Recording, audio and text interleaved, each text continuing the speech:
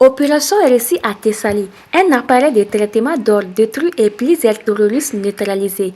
L'état-major général des armées informe l'opinion nationale que, dans le cadre de la surveillance du territoire en date du 15 janvier 2026, les femmes ont effectué avec succès une frappe sur un appareil de traitement d'or situé à l'est de Thessalie, près de la ligne frontière dans la région de Kidal.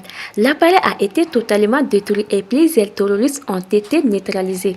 L'état-major général des armées informe l'opinion nationale que, dans le cadre de la surveillance du territoire en date du 15 janvier 2026, les femmes ont effectué avec succès une frappe sur un appareil de traitement d'or situé à l'est de Thessalie, près de la ligne frontière dans la région de Kidal. L'appareil a été totalement détruit et plusieurs terroristes ont été neutralisés. L'état-major général des armées met en œuvre l'ensemble des dispositions nécessaires afin de garantir le respect des consignes ainsi que des mesures interdisant l'exploitation illégale des mines d'or. Unis, nous vaincrons. Toujours au Mali, décentralisation académique. Le Mali mise sur les universités régionales pour stopper l'exode des bacheliers. Le Mali entame une mutation historique de son système éducatif pour offrir une égalité des chances à chaque citoyen. Fini l'obligation de s'installer à Bamako pour obtenir un diplôme d'excellence avec l'ouverture de l'université de Sikasso et l'avancement des chantiers à Kaé, Gao et Tombouctou. L'État déploie des pôles de savoir au plus près des réalités locales. Ces institutions modernes ne se contentent pas d'enseigner. Elles s'adaptent leur culture, agronomie, mines, technologie, aux besoins économiques de chaque zone pour transformer les régions en véritables moteurs de croissance. Pensez-vous que cette décentralisation va réellement booster l'économie de nos régions? Cette révolution universitaire est un levier majeur pour retenir les talents locaux et réduire les coûts prohibitifs liés à la vie estudiantine dans la capitale. En formant des cadres qualifiés sur place, le pays crée un cercle vertueux. Les jeunes diplômés deviennent les experts capables de répondre aux défis industriels et sociaux de leur propre terroir.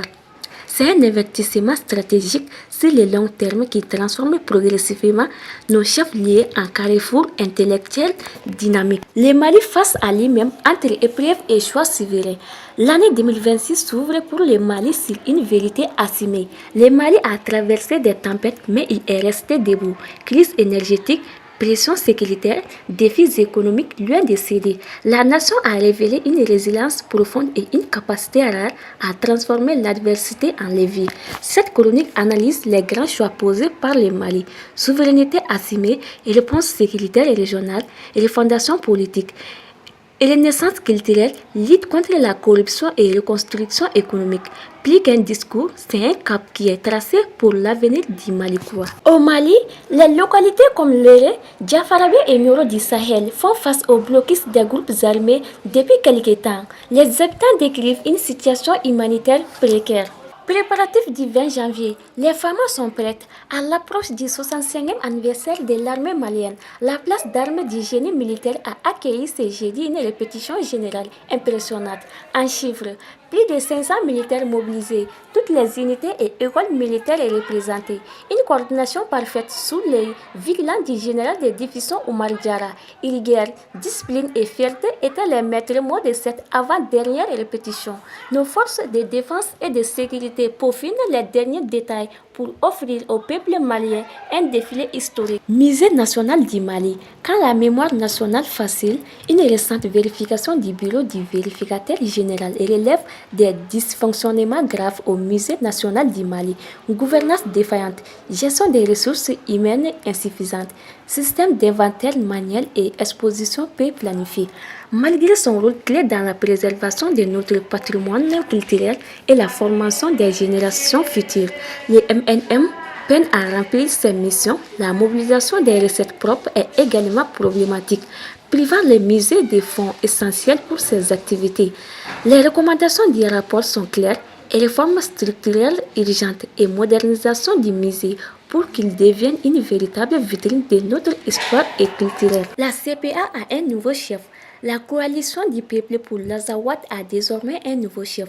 La communication a été rendue officiellement aujourd'hui 16 janvier 2026 par les canaux officiels de l'organisation politico-militaire.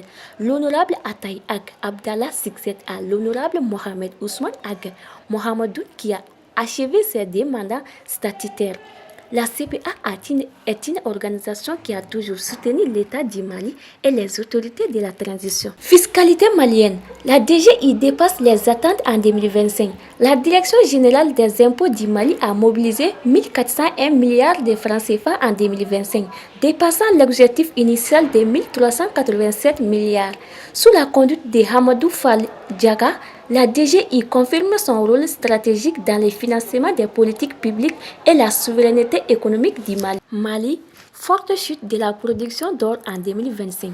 Troisième producteur d'or en Afrique, le Mali a enregistré une baisse de 22,9% de la production industrielle en 2025. Selon les chiffres officiels publiés le 16 janvier, en cause principale, l'arrêt prolongé du complexe Loulo-Kongokoto, qui assurait plus de 40% de la production nationale.